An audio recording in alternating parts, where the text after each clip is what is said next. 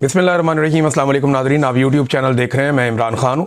नाज़रीन, मैं ट्रैवल कर रहा था तो थोड़ी सी ये प्रॉब्लम रही बीच में, लेकिन अब रेगुलरली आप मेरा प्रॉपर तरीके से जो वीलॉग है वो सुन पाएंगे, क्योंकि मैं अपनी डेस्टिनेशन पे पहुँच गया हूँ। मैं जापान के दौरे पर आया हूँ और जापान में यहाँ मेरी बहुत सारे सहाफ़ियों से भी मुलाकात होगी, मकामी कम्युनिटी से भी मुलाकात होगी, जो यहाँ की बिज़नेस कम्युनिटी है उनसे भी मुलाकात करेंगे। कुछ सीखने के लिए मिलेगा, कुछ बात करने के लिए मिलेगा। ओवरसीज़ पाकिस्तानियों के साथ ह्यूमन राइट्स के हवाले से कुछ प्रोग्राम है, वो भी हम यहाँ पे करेंगे इंशाल्लाह। लेकिन जो बड़ी डिस्कशन इस वक्त पाकिस्तान में चल रही है, वहीं से हम आगाज़ करते हैं कि जनरल फैज़ अकेला क्यों, जनरल बाजवा उसके साथ नत्थी क्यों नहीं हुआ। यानी अगर कोई जनरल फैज़ से सबसे ज़्यादा फैज़याब हुआ तो वो शरीफ ख़ानदान है। अगर किसी ने जनरल फैज़ और जनरल बाजवा से सबसे ज़्यादा फ़ायदा उठाया तो वो ख्वाजा आसिफ है, और ख्वाजा आसिफ ही आज सबसे ज़्यादा जहर उगल रहा है। आसिम मुनीर जो फील्ड मार्शल है इस वक्त, उन्हें ये बयानात ज़रूर देखने चाहिए और याद रखना चाहिए कि यही ख्वाजा आसिफ एक दिन फील्ड मार्शल आसिम मुनीर को भी गाली देगा और फील्ड मार्शल आसिम मुनीर को भी बुरा भला कहेगा, और ये कहेगा कि जो इंडियन तैयारे गिरे हैं ये तो शहबाज शरीफ ने और हमने बड़ी मेहनत से गिराए और बड़ी कोशिश की, और आसिम मुनीर तो इस चक्कर में ही नहीं आ रहा था, वो तो गायब हो गया था। ये बातें ख्वाजा आसिफ ने करनी है, क्योंकि ये इस आदमी का तरीक़ाकार है। ये हमेशा बाद में डंग मारता है। बहुत सारे ऐसे लोग हैं जिन्होंने फैज़ हमीद से बड़े फ़ायदे लिए हैं, सियासतदान हैं जिन्होंने बड़े फ़ायदे लिए हैं, चाहे वो PMLN के हैं, चाहे वो PTI के हैं, चाहे वो पीपल्स पार्टी के हैं। बड़े लोगों ने फ़ायदे लिए फैज़ हमीद से। बहुत सारे सहाफ़ी हैं जिनके प्रोग्राम फैज़ हमीद ने शुरू करवाए। बहुत सारे जर्नलिस्ट हैं जिन्हें बहुत फ़ायदा दिया। दीगर बहुत सारे लोग हैं, लेकिन उनमें से कोई भी आज फैज़ हमीद के हक़ में बात करने के लिए तैयार नहीं है। तो आसिम मुनीर को भी इससे सीखना चाहिए कि कल को यही आसिम मुनीर के साथ भी होगा। अब किस लेवल का ताल्लुक था जनरल बाजवा के साथ ख्वाजा आसिफ का, ज़रा ये आप एक ट्वीट देखें। ये ज़ुबैर साहब ने की है कि जनरल बाजवा के बेटे की शादी आ गई और मेहमानों में नून लीग से ख्वाजा आसिफ जो है वो सर फहरिस्त थे। उन्होंने कहा जी कि मैं एक फंक्शन में नहीं गया। ख्वाजा आसिफ 4 या 5 फंक्शंस के अंदर गए।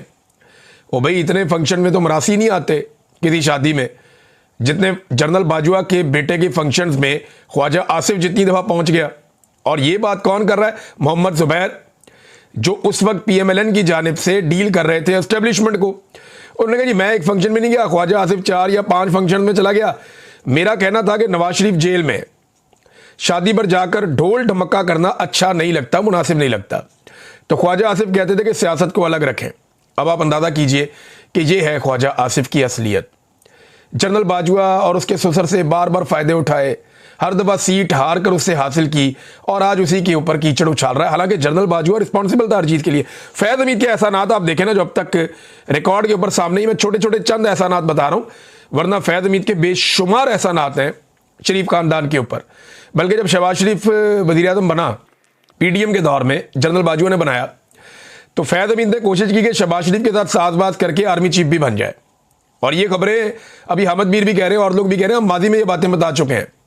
और फैज़ हमीद को इमरान खान साहब ने बहुत पहले किक आउट कर दिया था, जब फैज़ हमीद सियासत के अंदर बहुत ज़्यादा उन दिनों में मुदाखलत कर रहा था। हाँ, ये कि PTI के लोगों के साथ, PMLN के लोगों के साथ, पीपल्स पार्टी के लोगों के साथ फैज़ हमीद ने हर सियासतदान के साथ अपना तल्लक बना के रखा। जनरल बाजवा ने भी यही किया और मौजूदा जर्नैल भी यही करते हैं। अब इसमें ये तो फैज़ हमीद के जो चीज़ा एहसानात है मैं आपके सामने रखता हूँ। एक तो ये कि शरीफों को जो जेलों में सहूलतें मिली, जितनी भी शरीफ ख़ानदान को जेलों के अंदर, तो ये शहनशाहों की तरह ज़िंदगी गुजार रहे थे, वो सारी सहूलतों के पीछे फैज़ हमीद था। फिर सलमान शहबाज को, जब सलमान शहबाज की गिरफ्तारी का वक्त आया, तो वक्त से पहले पाकिस्तान से जो फरार करवाया सुहेल वड़ाइच और दीगर कई सहाफ़ियों के मुताबिक, बल्कि मैंने ये बात सुनी थी आरिफ हमीद भट्टी साहब से, उन्होंने भी ये कहा था। ये खबर सबसे पहले शायद आरिफ हमीद भट्टी साहब के पास थी, उन्होंने शायद दी भी थी ये खबर, लेकिन मैंने उनके मुंह से भी सुना कि सलमान शहबाज को पाकिस्तान से फरार करवाने में फैज़ हमीद का हाथ था। शरीफ खानदान के कई ऐसे लोग जिनके नाम आप नहीं जानते, उनको पाकिस्तान से निकालने में और उनको उनके केसेस के हवाले से पहले से बताने में फैज़ हमीद का हाथ था। ये विकेट के सारी तरफ खेल रहा था। तो फैज़ हमीद ने बड़े एहसानात किए हैं। इसके बाद जो नवाज शरीफ को जाली जो प्लेटलेस रिपोर्टें थी, वो किसने बनाकर दी, किसने निकाला नवाज शरीफ को पाकिस्तान से बाहर? उस वक्त DG ISI फैज़ हमीद था। फैज़ हमीद जून 2019 में DG ISI बनता है, अगस्त में डील शुरू होती है नवाज शरीफ की, और नवंबर में नवाज शरीफ को पाकिस्तान से बाहर निकाल दिया जाता है। पाकिस्तान की नहीं, दुनिया की तारीख का वाहिद कैदी है जिसको इलाज के लिए निकाला गया, सजा याफ्ता कैदी था और उस जुरिस्डिक्शन से ही बाहर भेज दिया गया, यानी उस अदालत की हद से ही बाहर निकाल दिया गया कि भेज दो किसी और मुल्क में जहां पे हमारी अदालत काम ही नहीं कर सकती। ये जनाब हमने खुद देखा, ये हुआ। फैज़ हमीद ने एहसान अजीम किया नवाज शरीफ के ऊपर। हर ज़िमनी इलेक्शन में फैज़ हमीद के दौर में नून लीग को जितवाया गया और इमरान खान के खिलाफ जो रजीम चेंज ऑपरेशन हुआ वो जनरल बाजवा, जनरल फैज़ और जनरल नदीम अंजुम ने मिलकर किया। ये बात कई सियासतदान बता चुके हैं और ये बात फजल रहमान साहब बतौर गवाही, एक मौलवी है वो भी इसके ऊपर एक गवाही दे चुके हैं कि जनाब इन्होंने मिलकर किया था रजीम चेंज ऑपरेशन। इमरान खान को निकालने में दोनों जर्नैल, नदीम अंजुम का तो रोल सबको पता है, ये सारे मुलव्विस थे और इन्होंने इमरान खान को निकाल कर दूसरी हुकूमत बनवाई भी थी और हम क्योंकि वो कर रहे थे लिहाजा हमें पता है, तो फजल रहमान साहब ने मुंह के ऊपर बता दिया और खुलकर बताया ये बात। अब इमरान खान के लिए नाज़रीन पूरी दुनिया से आवाज़ें उठ रही हैं, ख़ास तौर पे यूनाइटेड नेशन के ख़ुसूसी नुमाइंदा हैं, उन्होंने आवाज़ उठाई इमरान खान के हक़ में। अक़वाम मुत्तहिदा की ख़ुसूसी नुमाइंदा बराए तशद्दुद, ये एलिस जिल एडवर्ड्स, इन्होंने एक स्टेटमेंट दिया है। इन्होंने कहा जी इमरान खान की कैद तन्हाई को गैर इंसानी और गैर कानूनी करार देते हुए इसके खात्मे का इन्होंने मुतालबा कर दिया। इमरान खान का सेल मुसलसल कैमरों की निगरानी में है। अगर किसी कैदी को 15 दिन से ज़ायद कैद तन्हाई में रखा जाए तो वह नफ्सियाती तशद्दुद कहलाता है। ये अक़वाम मुत्तहिदा ने स्टेटमेंट दिया और ये कहा गया कि इमरान खान साहब की ये जो गैर कानूनी कैद है ये बंद होनी चाहिए, ख़त्म होनी चाहिए। Enough is enough. अक़वाम मुत्तहिदा आवाज़ उठा रहा है, यूरोपीय यूनियन आवाज़ उठा रहा है, ओवरसीज़ पाकिस्तानी आवाज़ उठा रहे हैं, दुनिया भर से आवाज़ उठाई जा रही है। ये एक और स्टेटमेंट है, ये आप देखिए, ये जेरेमी कॉर्बिन है और ये बरतानिया के अपोजिशन लीडर हैं इस वक्त और मुमकिन तौर पर ये आने वाले वज़ीर आज़म भी हो सकते हैं बरतानिया के, अगर इलेक्शन ये जीत जाते हैं तो इन्होंने भी इमरान खान की रिहाई और उनके खिलाफ मुज़ालिम पर आवाज़ उठाई है और इन्होंने कहा जी कि ये ज़्यादती है इमरान खान के साथ जो हो रही है, इमरान खान को फ्री करना चाहिए, उसे आज़ाद करना चाहिए। पूरी दुनिया में आवाज़ें उठ रही हैं और इमरान खान के हक़ में जो भी आवाज़ उठती है उस आवाज़ को दबाया जाता है। वजह क्या है? इमरान खान जो आलमी कुव्वतें चाहती हैं उसके मुताबिक नहीं चलता। इमरान खान एब्सोल्युटली नॉट कहता है। इमरान खान कहता है कि वी आर नॉट स्लेव्स, हम गुलाम नहीं हैं, हम कोई गुलाम है, वो ये कहता है। वो खुलकर पाकिस्तान की आज़ाद और ख़ुद मुख्तार पॉलिसी बनाता है जो गैर मुल्की आकाओं को पसंद नहीं है। तो अब जो ट्विटर जैसा या एक्स जैसा जो बड़ा प्लेटफॉर्म है वहाँ पे भी दो नंबरी हो रही है। जमाइमा खान जो इमरान खान साहब की साबिका अहलिया हैं, पहली बीवी थी इमरान खान साहब की, उन्हीं में से इमरान खान साहब के जो बच्चे हैं वो उन्हीं में से हैं। तो उन्होंने कहा जी कि बड़ी ज़्यादती हो रही है हमारे साथ और इलॉन मस्क को उन्होंने एक टैग करके ट्वीट किया। उन्होंने कहा जी, ये इसमें उन्होंने लिखा है कि a personal plea to Elon Musk, ये उनके ज़ाती तौर पे उन्होंने इलॉन मस्क से अपील की है। उन्होंने कहा कि मेरे 2 बेटे हैं, उन्हें इजाज़त नहीं दी जा रही अपने बाप से मिलने की या उनके बारे में बात करने की या उन्हें देखने की, जिसे गैर कानूनी तौर पे अक़वाम मुत्तहिदा के मुताबिक गैर कानूनी तौर पे 22 महीने से कैद तन्हाई में रखा गया है। और वो कह रहे हैं जी एक्स या ट्विटर यही वाहिद जगह है जहाँ पे हम आसानी से आवाज़ उठा सकते हैं और ये एक पॉलिटिकल प्रिजनर है, इमरान खान एक सियासी कैदी है और इसको बेसिक ह्यूमन राइट्स नहीं दिए जा रहे। जो बुनियादी इंसानी हकूक़ कैदियों के होते हैं वो इमरान खान साहब को नहीं दिए जा रहे और हमारे पास सिर्फ एक ही प्लेटफॉर्म है, एक्स या ट्विटर, जहाँ पे हम इमरान खान के लिए आवाज़ उठाते हैं। लेकिन जब भी मैं कभी इमरान खान के बारे में कोई पोस्ट करती हूँ तो पाकिस्तान के अंदर जो इसकी रीच है और ग्लोबली भी, ख़ास तौर पे आलमी सतह पे भी और ख़ास तौर पे पाकिस्तान के अंदर भी, ये इसकी रीच को ज़ीरो कर दिया जाता है, बहुत कम कर दिया जाता है। यानी जमाइमा जब कोई और काम करती हूँ कहती है रीच ठीक रहती है, जब मैं इमरान खान के बारे में बात करती हूँ तो मेरी रीच को कम किया जाता है। इलॉन मस्क को वो ये कह रही हैं कि आपने वादा किया था कि आज़ादी इज़हार राय होगा आपके प्लेटफॉर्म के ऊपर, लेकिन यहाँ पे ऐसा नहीं हो रहा और इस प्रॉब्लम को फिक्स किया जाए मेरे अकाउंट के हवाले से ख़ास तौर पे, ताकि हम जो है वो पैगाम फैला सकें इमरान खान के साथ जो जुल्म और ज़्यादती हो रही। लुब्बेरबाब ये है कि जमाइमा कह रही हैं कि इंटरनेशनल हाथों के अंदर ट्विटर भी इस्तेमाल हो रहा है, हम जब इमरान खान के लिए आवाज़ उठाते हैं तो उसकी रीच बहुत कम हो जाती है। टेक्निकल डाटा भी इन्होंने शेयर किया क्योंकि इमरान खान के हवाले से जब जमाइमा आवाज़ उठाए तो फिर तो वो लाखों में मामला जाना चाहिए, लेकिन वो उस तरह जा नहीं रहा, उसकी रीच को रोका जा रहा है। ये इलॉन मस्क को इन्होंने बराह रास्त अपील की, अब देखते हैं इसका क्या फ़ायदा होता है।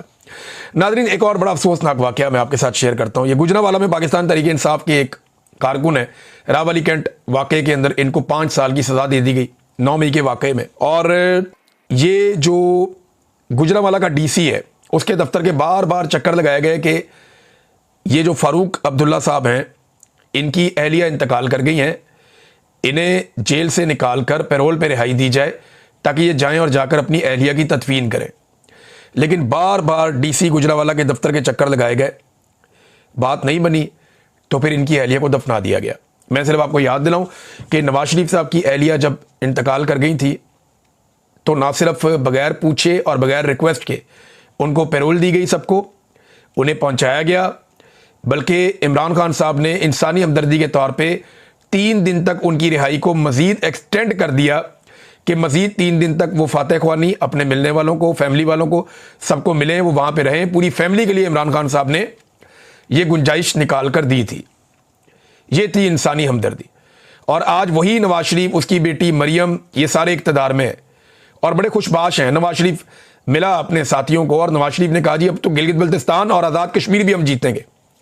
और वैसे भी एस्टेब्लिशमेंट ने फैसला कर लिया है कि नून लीग की झोली में सारा कुछ डालना है और यही लंदन प्लान का हिस्सा है। आसिम मुनीर साहब को एक्सटेंशन और इस्तिस्ना भी मिल गया, इसी चक्कर में 5 साल के लिए मजीद उनको लाया गया है। तो अब आज़ाद कश्मीर की और गिलगित बल्तिस्तान की हुकूमत भी नून लीग को बनाकर दी जाएगी, नवाज शरीफ साहब को राजी रखा जाएगा। तो ये जुल्म की इंतहा है जो एक और कारकुन के साथ की गई। कई लोगों की माएँ फौत हो गई, उनको नहीं जाने दिया, कईयों के बच्चे फौत हो गए, कईयों के वालिद फौत हो गए, अब इनकी अहलिया फौत हो गई हैं। इनके अंदर बिल्कुल इंसानी हमदर्दी बाकी नहीं रही। ये लोग इतने जालिम हो चुके हैं कि इन्हें इस बात का भी फिक्र नहीं है कि इन्होंने खुद भी मरना है और एक दिन ये सारे मर जाएंगे, इन्होंने जाके अल्लाह को जवाब नहीं देना। भाई मौलवी नहीं काबू आ रहे तो बाकी कौन काबू आएगा? ये आप देखें ना, यहां मौलवियों का मुकाबला चल रहा है। ये हुक्मरानों के टुकड़ों में पलने वाले रातबखोर मौलवी हैं, इनका जनाब मुकाबला चल रहा है जूते पॉलिश करने का। और एक मौलवी के बाद दूसरा जूते पॉलिश करता है, फिर तीसरा जूते पॉलिश करता है, फिर चौथा जूते पॉलिश करता है। और टका के इतनी इतनी दाढ़ियां इनकी, सफेद दाढ़ियां इनकी, जनाब ये खड़े हो गए वहां पे जज्बाती अंदाज में तकारीर करके आसिम मुनीर साहब के जूते पॉलिश कर रहे हैं। सामने मेहमान खुसूसी आसिम मुनीर साहब बैठे हुए हैं, मौलवी सारे लाइन से बैठाए हुए हैं और वो एक एक करके उठते हैं और आसिम मुनीर साहब की जमीन आसमान के कलाबे में लाते हैं तारीफ करने में। और वहां पे जज के तौर पे किसको बिठाया हुआ है कि कौन सा मौलवी सबसे अच्छी तारीफ करेगा, जूते पॉलिश करेगा। जूते पॉलिश करने में आलमी शोहरत याफ्ता शहबाज शरीफ साहब को वहां पे बिठाया हुआ है। अब तो आलमी मीडिया भी कहता है ना, मैं तो नहीं कहता, कि शू शाइन बॉय है ये। तो शहबाज शरीफ साहब वहां बैठ के अंदाजा लगा रहे हैं कि सबसे अच्छे जूते पॉलिश। मौलवियों के अंदर भी मुकाबला चल रहा है। एक मौलवी ऐसा खड़ा नहीं हुआ वहां पे जिसने उठकर यह कहा हो कि आर्मी चीफ साहब ये इस्तिस्ना क्या होता है। एक मौलवी उठता ना, उठकर खड़ा होता और वो इस्लाम का झंडा उठाता, जालिम हुक्मरान के सामने कलमा हक बयान करता। चलो और कोई बात ना करता, ये तो पूछता कि जनाब साहबा इकराम ने इस्तिस्ना नहीं लिया, खुलफा राशिदीन ने इस्तिस्ना नहीं लिया, अल्लाह के नबियों ने इस्तिस्ना नहीं लिया, आप कौन हैं जिसने गैर आईनी और गैर इस्लामी इस्तिस्ना ले लिया? एक मौलवी उठ के नहीं बोला। अंदाजा करें आप। और जो मौलवी इस बारे में बात करते हैं उनको मौका ही नहीं दिया गया। तो ये सारे रातबखोर मौलवी हैं, फ्राडिये मौलवी हैं, दरबारी मौलवी हैं, हुकूमत के टुकड़ों पे पलने वाले मौलवी हैं। इन्होंने हर मर्तबा हुक्मरानों और ताकतवरों के दरवाजों पर सजदा किया है। ये वो मौलवी हैं जिन्होंने कलमा हक भी जब बोला है ना तो मजलूम और कमजोर के खिलाफ बोला है और उसी को हमेशा तबाह किया है। ये उठ के कह रहे हैं तबाह कर देंगे, बर्बाद कर देंगे, आपके हाथ में बैत करते हैं। ये जरा ताहिर अशरफी को सुने ना आप। ताहिर अशरफी एक ऐसा मौलवी है जो हर हुकूमत को तोहफे में मिलता है और इससे आपने परेशान नहीं होना। ये कल इमरान खान की हुकूमत आएगी ना तो ये इमरान खान के जूते साफ करेगा, यहां पे कोई और इमरान खान की जगह आ जाएगा जो उसके जूते साफ करेगा। इसकी आदत है। ये मौलवी नहीं है, ये इस्लाम के लिए काम नहीं करता, ये हुक्मरान के लिए काम करता है। सुने जरा इसको, इमरान खान के बारे में कल ये क्या कहता था हाफिज ताहिर अशरफी, जरा सुने आप। हम आपके साथ हैं, मैं हमेशा कहता हूं, आज फिर कहना चाहता हूं, खुशामद क्या करनी, बुढ़ापे में आ गए। मैं उस इमरान खान को जानता हूं। उलमा, मेरे पास एक गवाही है आपके सामने देना चाहता हूं। 27 की रात थी, बैतुल्ला का जवार था, तहज्जुद का वक्त था, मैं और हजरत पीर साहब मौजूद थे जब बैतुल्ला के जवार में इमरान खान ने अपनी तकरीर उठा के साइड पे रखी। जो वजारत खारजा ने लिख कर दी थी। सेक्रेटरी खारजा परेशान था कि हमने तो जाब्ते और जो भी सारे डाल के दिए, ये क्या करने लगा है। इमरान खान का पहला जुमला ये था कि मेरी जिंदगी की ख्वाहिश थी। जनाब सदर साहब, चूंकि हम आईनी गवाह हैं, ये इमरान खान का जुमला था कि मेरी जिंदगी की ख्वाहिश थी कि कभी मैं तुम 57 सरबराहों से मुखातिब हूं। इस्लामी दुनिया के 57 सरबराह बैठे थे। कहा मेरी ख्वाहिश थी मैं कभी तुमसे मुखातिब हो जाऊं और तुमसे एक गुजारिश करूं, एक अर्ज करूं, एक इल्तिजा करूं कि आओ आका की नामूस के लिए आलमी सतह पर कानून साजी करवाएं। अक़वाम मुत्तहिदा के अंदर, OIC के अंदर, क्या वो इमरान खान किसी गुस्ताख रसूल, किसी कादियानी नवाज का हामी हो सकता है? और मेरे अजीजों, हम भी बाल सफेद हो गए। जो अक़वाम मुत्तहिदा में वो कह आया है, उसके बाद किसी और चीज की जरूरत नहीं है। उसने अक़वाम मुत्तहिदा में कह दिया हम उस मोहम्मद अरबी सल्लल्लाहु अलैहि वसल्लम के मानने वाले हैं जो एक अल्लाह पे यकीन रखता है, अपनी जान तो कुर्बान कर सकते हैं, अपने कश्मीरी भाइयों को छोड़ नहीं सकते। इसके बाद मैं आखिरी बात कह के खत्म करना चाहता हूं। गालियां देना, तोहमतें लगाना, अफवाहें फैलाना, बदजुबानी करना, ये मुनाफिकों और अबू जहल के मानने वालों का काम। लेकिन पिछली मरतबा ये कहता था नून लीग वालों को मुनाफिक, अबू जहल और एस्टेब्लिशमेंट के लोग जो इमरान खान के खिलाफ थे, उस वक्त ये कहता था, क्योंकि उस वक्त जूता इमरान खान का था, टिका के पॉलिश किया इस आदमी ने। अब देखें, अब ये फिर हुक्मरान के साथ है, ये चेक करें। अब ये इमरान खान के खिलाफ हो गया है, अक्सर इमरान खान के खिलाफ आवाज उठाता है।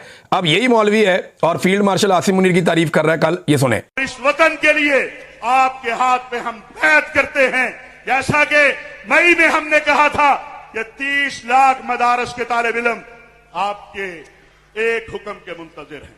ये अइम्मा, ये खुताबा, हमें इससे परवाह नहीं है, क्योंकि हम इस पे यकीन रखते हैं कि फना फिल्लाह की तह में बका का राज मुज़मिर है। जिसे मरना नहीं आता उसे जीना नहीं आता। पाकिस्तान के खिलाफ मई के बाद तेजी क्यों आती है? इसलिए तेजी आती है कि आपने वो कर दिया जिससे दुनिया परेशान है। ये अल्लाह की मदद से और इस कौम और फौज के इत्तेहाद से हुआ। इंशाअल्लाह ये मेहराब व मिंबर कल भी आपके साथ था, आज भी आपके साथ है, आइंदा भी आपके साथ होगा। कि बहुत सारे अरब मुमालिक की यफैन कहला रहे हैं, आप जुनूदुल हरमैन शरीफैन कहला रहे हैं। लेकिन ये मौलवी है और ये हर एक को तोहफे में मिलता है हुकूमत में। जिसकी भी हुकूमत आ जाती है, कल किसी की भी हुकूमत आएगी, ये वहां पे भी ऐसी ही तारीफें कर रहा होगा। लेकिन इनको डर नहीं लगता मौलवियों को? इन्होंने अल्लाह रब्बुल इज़्ज़त को जाकर जवाब नहीं देना। इस्तिस्ना के बारे में कोई मौलवी पूछता नहीं था। मुझे तो खौफ है इन मौलवियों के बारे में। अल्लाह रब्बुल इज़्ज़त तो इनसे सवाल करेगा कि भाई तुम हुक्मरानों के दरवाज़ों पे जाके बजाय कलमा हक बयान करने के तुम वहां पे तारीफों के पुल बांध के आ जाते थे। वो अपने इस्तिस्ना ले रहे थे, वो करप्शन कर रहे थे, इंसानी हकूक़ की पामालियाँ कर रहे थे, औरतों और बच्चों को सड़कों पे घसीट रहे थे, चादर और चार दीवारी का तकद्दुस पामाल कर रहे थे। पूरी अवाम का उन्होंने मैंडेट चोरी कर लिया, लोगों की जेबों पे उन्होंने डाके डाले, पाकिस्तान की इकॉनमी का और हर चीज़ का उन्होंने बेड़ा गर्क कर दिया। जाकर एक मौलवी ने नहीं पूछा ये बात कि आप इसराइल की हिफाजत के लिए गजा में फौज क्यों भेज रहे हैं। एक मौलवी ने नहीं पूछा। कैसे ये बेशर्म लोग हैं। और भाई मैं ना पूछूं तो चलो, मेरी तो मैं कह दूंगा मैं मौलवी थोड़ी था, मैंने तो इस्लाम का ठेका नहीं लिया, इन्होंने तो ठेका लिया हुआ इस्लाम का। एक मौलवी खड़ा नहीं हुआ जो उठकर आसिम मुनीर से पूछता कि जनाब शहबाज शरीफ, आसिम मुनीर, आप दोनों बैठे हैं और भाई बताएं आप गजा में फौज क्यों भेज रहे हैं, किससे असला छीनना चाहते हैं, मुसलमानों को गैर मुसल्ला करके आप किसका फायदा करना चाहते हैं, इसराइल की हिफाजत की या उनकी सरहदों की जिम्मेदारी आप क्यों उठाना चाहते हैं। एक मौलवी ने नहीं पूछा। ये ऐसे फड़िए मौलवी पाकिस्तान को मिल गए बदकिस्मती से। कुछ और खबरें हैं नादरीन, मैं आपके साथ शेयर कर देता हूं और बाकी चीजें आपको नेक्स्ट वीलॉग में बताऊंगा। मेरे पास काफी कुछ है अभी आपको बताने के लिए, बहुत सारी खबरें हैं, तकरीबन 15 के करीब खबरें थी। लेकिन अभी मैं आपको बताता हूं, शहबाज शरीफ ने आलमी सतह पे एक मरतबा फिर बेइज्जती करवा दी है। ये गए हुए हैं दौरे पे, वहां इनकी मुलाकात थी। एक तो इनको खड़ा करते हैं हमेशा पीछे दूर। अब ये कहेंगे पी से पाकिस्तान है तो पाकिस्तान की बारी पीछे दूर जाके आती है। नहीं जी, आर से रशिया भी है तो रशियन जो है, और टी से तुर्की भी है। और तुर्की और रशिया अगर पहली लाइन में खड़ा हो जाता है सामने आकर